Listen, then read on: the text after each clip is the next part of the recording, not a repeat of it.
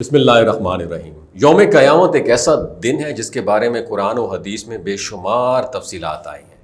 یہ دن انسانیت کے لیے ایک مائل سٹون کی حیثیت رکھتا ہے۔ قیامت کا تصور ہمیں نہ صرف ہماری زندگیوں کو حقیقت سے آگاہ کرتا ہے بلکہ ہمیں یہ یاد دلاتا ہے کہ اس دنیا کے بعد ایک ابدی زندگی کا آغاز ہوگا۔ اس دن کی سختیوں، واقعات اور زمین و آسمان کی تبدیلیوں کا تصور ہمارے ذہنوں میں ایک جھرمٹ کی طرح گہرائی تک اثر انداز ہوتا ہے۔ اس دن کا منظر اس قدر ہولناک ہوگا کہ ہر انسان کے دل کی دھڑکن تیز ہو جائے گی اور ہر ایک کو اپنے اعمال کا حساب دینا ہوگا۔ اور جیسے جیسے وقت گزرتا جا رہا ہے یہ دن قریب آتا جا رہا ہے، قرب قیامت کی نشانیاں پوری ہوتی جا رہی ہیں۔ لیکن آج کی اس ویڈیو میں ہم بات کریں گے روز قیامت کے بارے میں۔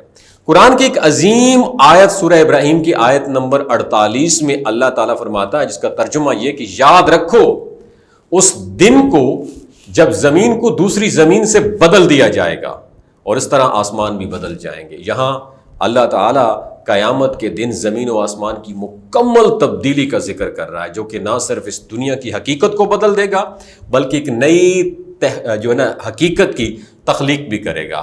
اس آیت پر غور کرنے سے یہ سوال ذہن میں آتا ہے کہ وہ زمین کیسی ہوگی؟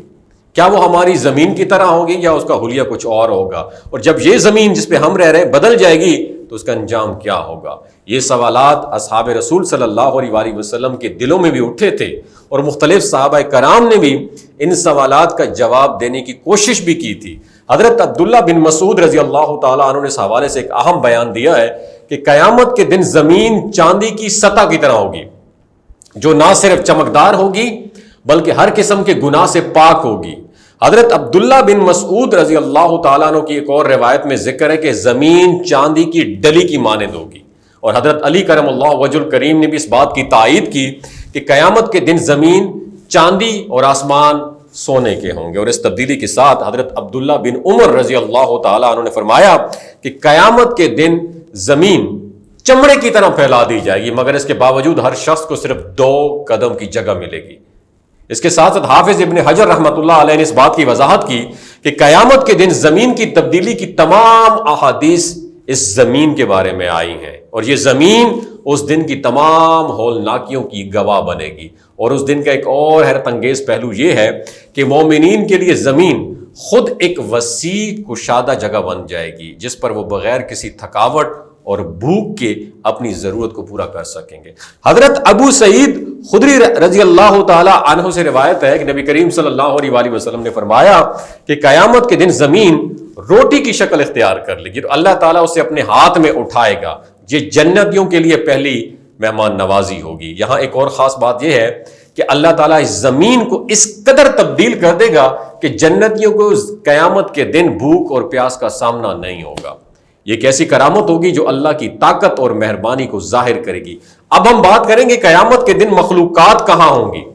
حضرت عائشہ صدیقہ رضی اللہ تعالی عنہا کی روایت میں ذکر ہے کہ ایک یہودی عالم نے نبی کریم صلی اللہ علیہ وآلہ وسلم سے سوال کیا کہ قیامت کے دن جب زمین بدل دی جائے گی تو اس وقت لوگ کہاں ہوں گے؟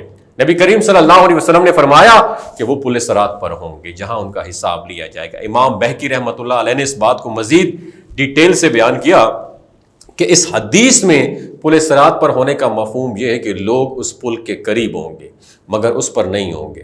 یقیناً قیامت کا دن ایک ایسا دن ہوگا جس میں زمین، آسمان اور ہر چیز کو مکمل طور پر بدل دیا جائے گا، اور قیامت کے دن مخلوقات کو اپنے اعمال کا حساب دینا ہوگا اور وہ اللہ کی بارگاہ میں کھڑے ہوں گے، اور اس دن کا تصور ہمیں اپنی زندگیوں کو بہتر بنانے کی طرف موٹیویشن دے گا۔